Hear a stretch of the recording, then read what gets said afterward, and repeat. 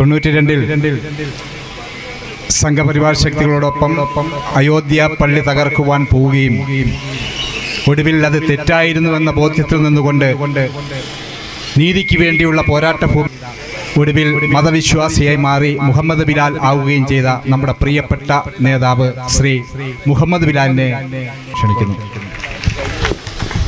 സുദീർഘമായി ഒന്നും പറയുവാൻ എന്തായാലും ഞാൻ മുതിരുന്നില്ല.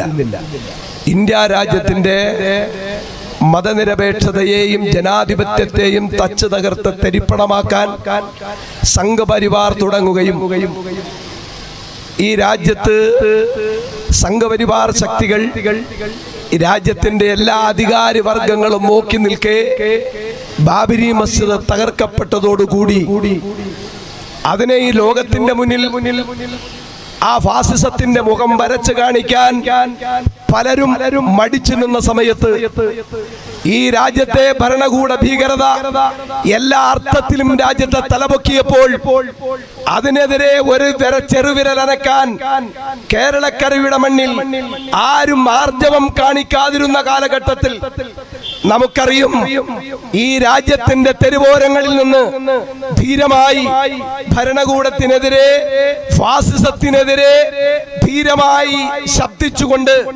ജനങ്ങളെ സംഘടിപ്പിച്ച് മുന്നോട്ട് ഗമിച്ച അബ്ദുൽ നാസർ മഅ്ദനി എന്റെ ശബ്ദം കേൾക്കുന്ന ഈ രാജ്യത്തിന്റെ ഭരണകൂടത്തിൽ ഇരിക്കുന്നവരും എന്റെ ശബ്ദം കേൾക്കുന്നു. ഈ രാജ്യത്തിന്റെ ആത്മാവിനെ തട്ടി ഉണർത്തുകയായിരുന്നു മഅ്ദനി ചെയ്തത്. വരാൻ പോകുന്ന ഭരണകൂട ഭീകരതയെ കുറിച്ച് വളരെ വ്യക്തമായി ഈ രാജ്യത്തെ ജനതയോട് മഅ്ദനി വിളിച്ചു പറഞ്ഞു. ആ വിളിച്ചു പറഞ്ഞതിന്റെ പേരിൽ ഒരു കാലം നഷ്ടപ്പെടുമ്പോഴും ഈ രാജ്യത്തെ കോടതിയായ കോടതി മൊത്തവും കൊണ്ടു നടക്കുമ്പോഴും ഈ രാജ്യത്തിന്റെ ഭരണകൂടവും ഫാസിസവും ഒന്നായി പരിശ്രമിച്ചിട്ടും 22 വർഷമായിട്ട് മഅ്ദനിയെ കീഴ്പ്പെടുത്താൻ ഈ രാജ്യത്തെ ഭരണകൂടത്തിന് കഴിഞ്ഞിട്ടില്ല. അബ്ദുൽ നാസർ മഅ്ദനി വാരി വിതറിയ വിത്തുണ്ടല്ലോ, ഫാസിസത്തിനെതിരെ മഅ്ദനി ഉയർത്തിവിട്ട വിചാര വിപ്ലവം, ആ വിചാര വിപ്ലവം ഈ രാജ്യത്ത് മുളച്ചു പൊങ്ങുക തന്നെ ചെയ്യും എന്ന് ഈ രാജ്ഭവനിൽ തടിച്ചുകൂടിയ എന്റെ പ്രിയപ്പെട്ടവരെ സാക്ഷി നിർത്തി ഞാൻ ബോധ്യപ്പെടുത്തുകയാണ്. ഞങ്ങൾ തുടങ്ങുകയാണ്. ഈ രാജ്യത്ത് അടിച്ചമർത്തലുകൾ ഒരുപാടുണ്ടായി. ഈ രാജ്യത്ത് തട്ടിത്തകർത്തലുകൾ ഒരുപാടുണ്ടായി. അബ്ദുൽ നാസർ മഅ്ദനി പറഞ്ഞു, അശോക് സിംഗോൾ തിരുവനന്തപുരത്ത് നിന്ന് പത്രസമ്മേളനം നടത്തി 3003 പള്ളികൾ ഞങ്ങൾ പൊളിക്കുമെന്ന് പറഞ്ഞപ്പോൾ പലരും ഭയപ്പെട്ട് മിണ്ടാതിരുന്നപ്പോൾ തിരുവനന്തപുരത്തിന്റെ പുതിരിക്കണ്ടം മൈതാനിയിൽ അബ്ദുൽ നാസർ മഅ്ദനി അലറി വിളിച്ചു പറഞ്ഞു, ജനാധിപത്യ വിശ്വാസികളെ, മതനിരപേക്ഷതയിൽ വിശ്വസിക്കുന്നവരെ, നിങ്ങൾ സമരസജ്ജരാവുക എന്ന്. പക്ഷേ പലരും ഉറക്കം നടിച്ചു, പലരും നിശബ്ദരായി. ഈ രാജ്യത്തിന്റെ ഭരണകൂടത്തിന്റെ ആ പിച്ചച്ചട്ടിയിൽ നിന്ന് എച്ചിൽ തിന്നാൻ ആ എച്ചിൽ തിന്നുന്നവർ നിശബ്ദരായിരുന്നു. ഇന്ന് ഈ രാജ്യത്തിന്റെ മതനിരപേക്ഷതയ്ക്കെതിരെ വെല്ലുവിളി ഉയർത്തി സർപ്പം പോലെ പത്തി വിടർത്തി ഫാസിസം അതിന്റെ മൂർത്തിമത്ഭാവത്തിലേക്ക് വന്നുകൊണ്ടിരിക്കുമ്പോൾ എന്റെ പ്രിയപ്പെട്ടവരെ, ഞങ്ങൾക്കുറപ്പുണ്ട്, PDPക്ക് ഉറപ്പുണ്ട്, ഈ രാജ്യത്ത് ഈ ഫാസിസത്തിന്റെ എച്ചിൽ തിന്നുന്നവർക്കും രക്ഷയില്ലാതെ മാളത്തിൽ നിന്നവർക്ക് പുറത്തു വരേണ്ടി വരുമെന്ന് ഉറച്ചു വിശ്വസിക്കുകയാണ്.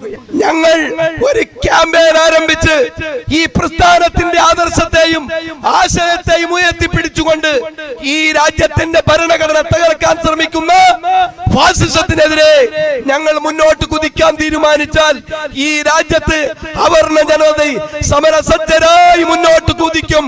ഈ രാജവീതി അയ്യൻകാളിയുടെ സമര പോരാട്ടം കണ്ടമെന്നാണ്. ഈ നാട് സി കേശവന്റെ നിവർത്തന പ്രക്ഷോഭം കണ്ട് തരിച്ചു നിന്ന നാടാണ്. ആ നാട്ടിൽ ഞങ്ങൾ മുന്നോട്ട് പോവുക തന്നെ ചെയ്യും. ബാബരി മസ്ജിദ് ആവർത്തിക്കാൻ സമ്മതിക്കില്ല ഈ അവർണപക്ഷ രാഷ്ട്രീയമെന്ന് ഒരിക്കൽ കൂടി പ്രഖ്യാപിച്ചുകൊണ്ട് എന്റെ ശബ്ദം ശ്രമിച്ചവരെ, നിങ്ങൾക്കൊരായിരം വിപ്ലവാഭിവാദനങ്ങൾ. ശ്രീ സാബു കൊട്ടാരക്കരെ ആദരപൂർവ്വം ക്ഷണിക്കുകയാണ്. അജ്മീർ ഷരീഫ്, താജ്മഹൽ, കുത്തബ് മിനാർ, ഇങ്ങനെ തുടങ്ങി അതിൻ്റെ ലിസ്റ്റ് നീണ്ടുപോവുകയാണ്. 1990-കളിൽ അഭിവന്ദ്യനായ അബ്ദുൽ നാസർ മഅദനി രാജ്യത്തോടാകമാനം വിളിച്ചു പറഞ്ഞ ഒരു യാഥാർത്ഥ്യമുണ്ട്.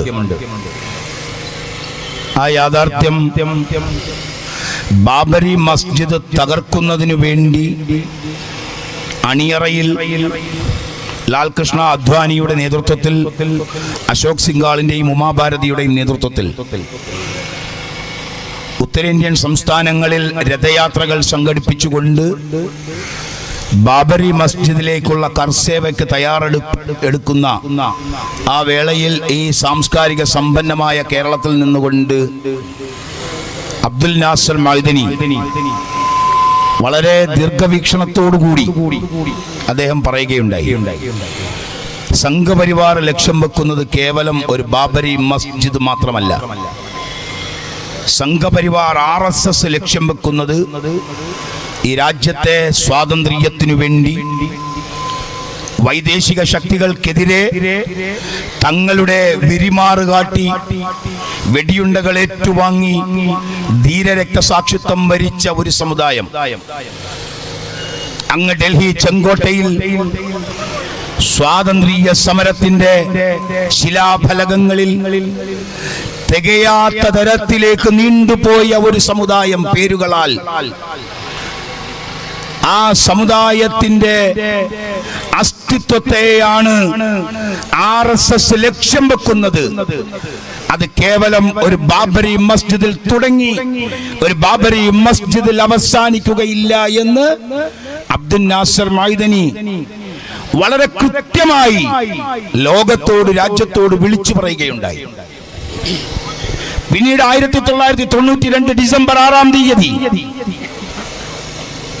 ഇന്ത്യൻ ഭരണഘടനാ ശില്പി ഡോക്ടർ ബാബാ സാഹിബ് അംബേദ്കറുടെ ചരമദിനത്തിൽ RSS ബാബരി മസ്ജിദ് തകർക്കുവാൻ ഒരു തീയതി നിശ്ചയിച്ചു. അന്ന് ഇന്ത്യ മഹാരാജ്യം ഭരിക്കുന്നത് ഇന്ത്യൻ നാഷണൽ കോൺഗ്രസ് ആണ്.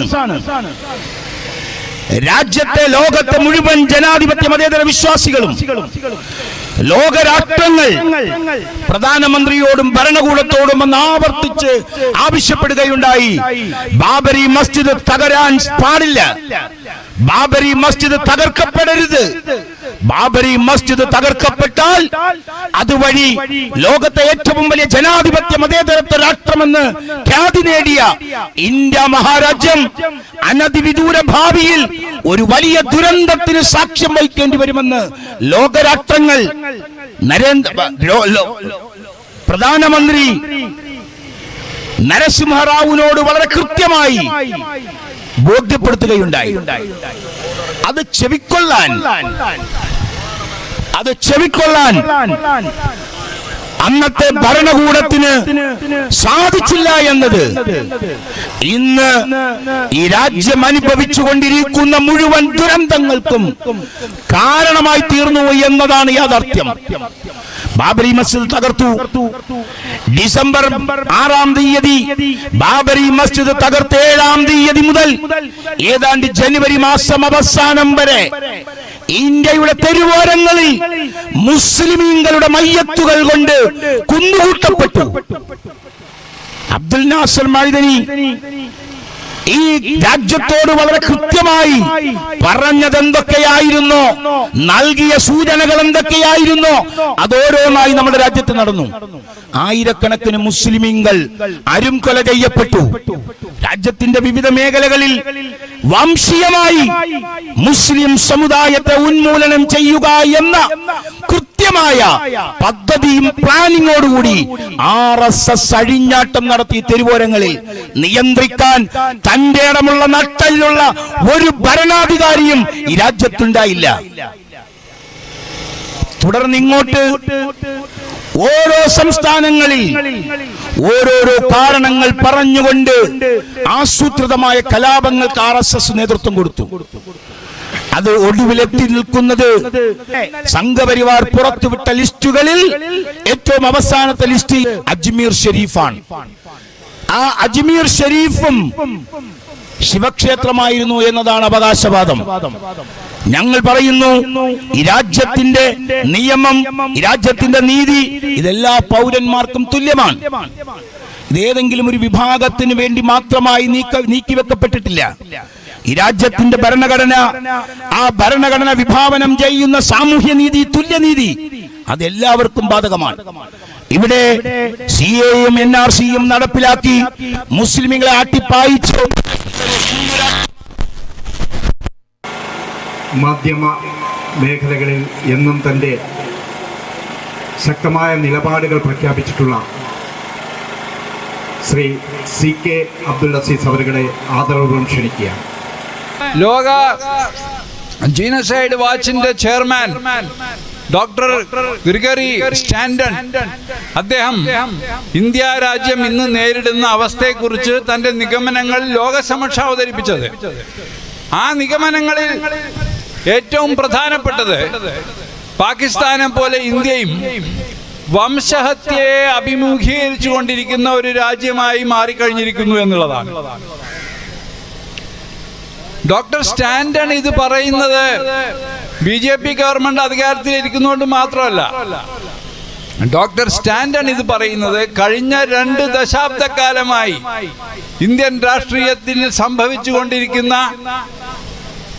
കാര്യങ്ങളെക്കുറിച്ചുള്ള അദ്ദേഹത്തിന്റെ നിരീക്ഷണങ്ങളുടെയും പഠനങ്ങളുടെയും അടിസ്ഥാനത്തിലാണ്.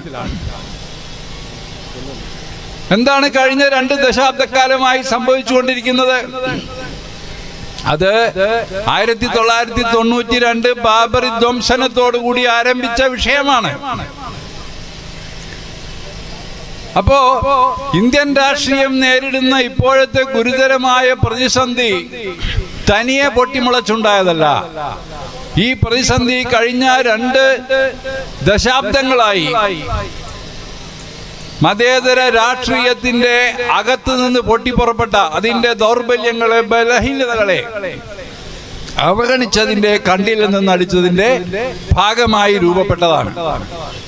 എന്നുവെച്ചാൽ BJPക്ക് ഇഷ്ടപ്പെട്ട, ഭരണകക്ഷിക്ക് ഇഷ്ടപ്പെട്ട ഒരു ഫ്രെയിമിന്റെ ഉള്ളിൽ നിന്നുകൊണ്ടാണ് പ്രതിപക്ഷ കക്ഷികൾ പ്രവർത്തിക്കുന്നത് എന്നൊരു സാഹചര്യം ഈ രാജ്യത്ത് സംജാതമായിട്ടുണ്ട്. അപ്പൊ മതേതര വ്യവസ്ഥ നേരിടുന്ന പ്രശ്നങ്ങളുടെ പ്രതിഫലനമാണ് യഥാർത്ഥത്തിൽ ഗ്യാൻവാപ്പിയിലൊക്കെ സംഭവിക്കുന്നത്. ഗ്യാൻവാപ്പി അല്ല പ്രശ്നം ഉണ്ടാക്കുന്നത്. പ്രശ്നം ഉണ്ടാകുന്നത് മതേതര ചേരിയുടെ ചെറുത്തുനിൽപ്പിന്റെ അഭാവത്തിലാണ്. ഇതാണ് അബ്ദുൽ നാസർ മഅദനിയെ പോലെയുള്ള ആളുകൾ 1992 മുതൽക്ക് പറഞ്ഞുകൊണ്ടിരിക്കുന്നത്. ബാബറി ധ്വംസനം നടന്ന കാലത്ത് എന്തിനാണ് നരസിംഹറാവു നിശബ്ദത അവലംബിച്ചത് എന്നാണ് മഅദനി അന്ന് ചോദിച്ചത്. ഇപ്പൊ 2 ദിവസം മുമ്പ് കേംബ്രിഡ്ജ് യൂണിവേഴ്സിറ്റിയിൽ രാഹുൽ ഗാന്ധിയുടെ പ്രസംഗം കേട്ടു ഞാൻ. രാഹുൽ ഗാന്ധി പറയുന്നത് യഥാർത്ഥത്തിൽ മതേതര ചേരി അഭിമുഖീകരിച്ചുകൊണ്ടിരിക്കുന്ന ഈ പ്രശ്നത്തില് കോൺഗ്രസിന്റെയും അദ്ദേഹത്തിന്റെയും ഒക്കെ നിസ്സഹായതയുടെ കാര്യം തന്നെയാണ്. BJP എങ്ങനെയാണ് ജനങ്ങൾക്കിടയിൽ ഇത്ര അധികം സ്വാധീനം ഉണ്ടാക്കിയത്? BJPക്ക് ജനങ്ങളുടെ ഇടയിൽ സ്വാധീനമുണ്ട്, അതുകൊണ്ടാണ് അവർ വോട്ട് നേടി വിജയിക്കുന്നത്. എങ്ങനെയാണ് ഉണ്ടാക്കിയത്? BJP എത്രയോ കാലമായി, സംഘപരിവാർ രാഷ്ട്രീയം എത്രയോ കാലമായി നടത്തിക്കൊണ്ടിരിക്കുന്ന ഒരു പരിപാടിയുണ്ട്. അതിന് പ്രതിനിധാന ഹിംസ എന്നാ പറയുക, റെപ്രസെന്റേഷണൽ വയലൻസ്. ഏതെങ്കിലും ഒരു ജനവിഭാഗത്തെ, മുസ്ലിങ്ങളാവട്ടെ, ആദിവാസികളാവട്ടെ, മറ്റേതെങ്കിലും ഒരു ജനവിഭാഗത്തെ വെറുക്കപ്പെടേണ്ടവരാണ്, നിന്ദിക്കപ്പെടേണ്ടവരാണ്, മാറ്റി നിർത്തപ്പെടേണ്ടവരാണ്, ഉന്മൂലനം ചെയ്യപ്പെടേണ്ടവരാണ് എന്ന തരത്തിലുള്ള വിദ്വേഷ പ്രചരണം. ആ വിദ്വേഷ പ്രചരണം ഇവിടെ തുടങ്ങിയിട്ട് എത്ര കാലമായി? സാധാരണക്കാരായ പാവപ്പെട്ട ഹിന്ദുക്കളുടെ മനസ്സിൽ മുസ്ലിങ്ങളെ കുറിച്ച്, ആദിവാസികളെ കുറിച്ച്, ക്രിസ്ത്യാനികളെ കുറിച്ചൊക്കെ തന്നെ അവർ വെറുക്കപ്പെടേണ്ടവരാണ്, രാജ്യത്തിന്റെ ശത്രുക്കളാണ് എന്ന തരത്തിലുള്ള വിദ്വേഷ പ്രചരണങ്ങൾ നടത്തുകയും അവരെ ഉന്മൂലനം ചെയ്യപ്പെടേണ്ട, ഭരണഘടനാദത്തമായ അവകാശങ്ങൾ നിഷേധിക്കപ്പെടേണ്ട, അതൊന്നും അവർക്ക് വേണ്ട, ആ തരത്തിലുള്ള പ്രതീകങ്ങളായി മാറ്റുകയും ചെയ്തു. ഇതിന് മതേതര ചേരി ഇതിനോട് എങ്ങനെയാ പ്രതികരിച്ചത്? മതേതര ചേരി ഇതിനോട് എങ്ങനെയാ പ്രതികരിച്ചത്? സംഘ് പരിവാറിന്റെ ഈ രാഷ്ട്രീയത്തിനെതിരെ കലാപക്കൊടി ഉയർത്തിയ അബ്ദുൽ നാസർ മഅദനിയെ പോലെയുള്ള ആളുകളെ വർഗീയവാദികൾ എന്ന് വിളിച്ച് ആക്ഷേപിച്ചുകൊണ്ടാണ് മതേതര ചേരി പ്രതികരിച്ചത്. മുസ്ലിങ്ങളെ സംബന്ധിച്ചിടത്തോളം 1947 ഇന്ത്യ സ്വതന്ത്രമായപ്പോൾ, 1952 ഇന്ത്യ റിപ്പബ്ലിക് ആയപ്പോൾ എന്തെല്ലാം നിയമങ്ങളാണ് ഇന്ത്യ രാജ്യം ഉണ്ടാക്കിയത്. ആ നിയമങ്ങളോട് മാത്രമേ മുസ്ലിങ്ങൾക്ക് ബാധ്യതയുള്ളൂ. അതില് ഇന്ത്യ എന്ന് പറഞ്ഞാൽ റിപ്പബ്ലിക്കാണ്. എന്താ റിപ്പബ്ലിക് എന്ന് പറഞ്ഞ അർത്ഥം? റിപ്പബ്ലിക് എന്ന് പറഞ്ഞാൽ രാജ്യത്തിന്റെ പരമാധികാരം എല്ലാ ജനങ്ങളിലുമാണ്. We the people of India, ഇന്ത്യക്കാരായ എല്ലാ ജനങ്ങളിലുമാണ് ഈ രാജ്യത്തിന്റെ പരമാധികാരം നിക്ഷിപ്തമായിട്ടുള്ളത്. അതിനെയാണ് ഇപ്പൊ മോഡിയും അമിത്ഷായും കൂടി മുസ്ലിങ്ങളെയും ഹിന്ദുക്കളെയും ഒക്കെ താരതമ്യപ്പെടുത്തിക്കൊണ്ട് ഹിന്ദുക്കൾക്ക് കൂടുതൽ അധികാരവും മുസ്ലിങ്ങൾക്ക് പരമാധികാരം കമ്മിയും എന്നുള്ള പുതിയ സിദ്ധാന്തം കൊണ്ടുവരുന്നത്. ഇത് ഹിന്ദുക്കളോടുള്ള സ്നേഹം കൊണ്ടാണെന്നാണ് ആളുകൾ തെറ്റിദ്ധരിക്കുന്നത്. യഥാർത്ഥത്തിൽ ഹിന്ദുവും ഹിന്ദുത്വവും ഒന്നല്ല. ഹിന്ദുത്വം എന്ന് പറയുന്നത് വേറൊരു മതമാണ്, ഇത് രാഷ്ട്രീയ മതമാണ്, പൊളിറ്റിക്കൽ റിലിജിയൻ. ജർമ്മൻ നാസികളെ കുറിച്ച് വലിയ പഠനം നടത്തിയ റോജർ ഗിഫ്രിൻ പണ്ട് പറയുകയുണ്ടായി, നാസികൾ എന്ന് പറഞ്ഞാൽ അത് വേറൊരു മതമാണ്, അതൊരു പൊളിറ്റിക്കൽ റിലിജിയനാണ്. അപ്പൊ ഹിന്ദുത്വം എന്നുള്ള പൊളിറ്റിക്കൽ റിലിജിയന് ജനങ്ങളുടെ ഇടയിൽ വേര് പിടിക്കാൻ, നിലനിന്നു പോവാൻ ഹൈന്ദവ മതവിശ്വാസത്തിന്റെ പല ആചാരങ്ങളെയും സംഹിതങ്ങളെയും ഇവർക്കനുസരിച്ച് ഉപയോഗിക്കുന്നു എന്ന് മാത്രമേ ഉള്ളൂ. പക്ഷെ ഈ യാഥാർത്ഥ്യം മതേതര രാഷ്ട്രീയ കക്ഷികളിലെ പല ആളുകളും അംഗീകരിക്കുന്നില്ല. RSS എന്ന് പറഞ്ഞാൽ അത് ഹിന്ദു മതവുമായിട്ട് ബന്ധപ്പെട്ട എന്തോ സംഭവമാണെന്നാണ് ഇപ്പോഴും നമ്മുടെ ഭരണാധികാരികളും മതേതരവാദികളും ഒക്കെ സങ്കല്പിച്ചു വെച്ചിട്ടുള്ളത്. RSS ഹിന്ദു മതവുമായി ബന്ധപ്പെട്ട യാതൊരു സംഭവമല്ല. ഹിന്ദു മതവും RSSും രണ്ടും രണ്ടാണ്. RSSന്റെ ലക്ഷ്യം രാഷ്ട്രീയ ലക്ഷ്യമാണ്. രാജ്യത്തെ സാമ്രാജ്യത്വ ശക്തികളുടെ കാൽക്കൽ അടിയറ വെക്കുന്ന രാഷ്ട്രീയമാണ്. നവലിബറൽ ശക്തികളുടെ കാൽക്കൽ വെക്കുന്ന രാഷ്ട്രീയമാണ് സംഘ് പരിവാറും നരേന്ദ്രമോദിയും അമിത്ഷായും നടപ്പിലാക്കിക്കൊണ്ടിരിക്കുന്നത്. അതുകൊണ്ടാണ് ഞാൻ പറഞ്ഞത്, ഗ്യാൻവാപി എന്ന് പറയുന്നത് അല്ലെങ്കിൽ സംഘ് പരിവാർ ഭരണം എന്ന് പറയുന്നത് ഒരു ന്യൂനപക്ഷ പ്രശ്നമല്ല, ഭൂരിപക്ഷത്തിന്റെയും പ്രശ്നമാണ്. രാജ്യത്തെ ഭൂരിപക്ഷം വരുന്ന ഹൈന്ദവ ജനവിഭാഗത്തിന്റെ അതിജീവനത്തിന്റെ അടിത്തറ തകർക്കുന്ന ഭരണമാണ് നരേന്ദ്രമോദി ഭരണം കാഴ്ചവെച്ചുകൊണ്ടിരിക്കുന്നത്. അത് പെട്രോളിന് വില കുറച്ചു എന്ന് പറഞ്ഞിട്ട് കാര്യമല്ല. രാജ്യത്തെ ജനങ്ങളുടെ ജീവസന്ധാരണത്തിനുള്ള, അവരുടെ ഉപജീവനത്തിലുള്ള എല്ലാ മാർഗങ്ങളും, കൃഷിക്കാരെ സംബന്ധിച്ചിടത്തോളം ചെറിയ ചെറിയ ചന്തകളെ മുഴുവൻ ഇല്ലാണ്ടാക്കി. അതൊക്കെ ഇപ്പൊ റിലയൻസിന്റെയും വൻകിട കുത്തകളുടെയും കയ്യിലാണ്. നാട്ടിൽ നിന്ന് ആർക്കെങ്കിലും പച്ചക്കറി വാങ്ങി ചന്തയെ കൊണ്ടുപോയി വിൽക്കാൻ പറ്റില്ല. കാരണം റിലയൻസിന്റെ സൂപ്പർ മാർക്കറ്റിലുള്ള സാധനങ്ങളെ ആളുകൾ വാങ്ങിക്കുള്ളൂ. ഇത് രാജ്യവ്യാപകമായി നടന്നുകൊണ്ടിരിക്കുന്ന സ്ഥിതികേട്. ഉരുളക്കിഴങ്ങിന് വിലയില്ല, പരിപ്പിന് വിലയില്ല, ഗോതമ്പിന് വിലയില്ല. സാധാരണക്കാരായ കർഷകനെ സംബന്ധിച്ചിടത്തോളം ദുരിതമാണ്.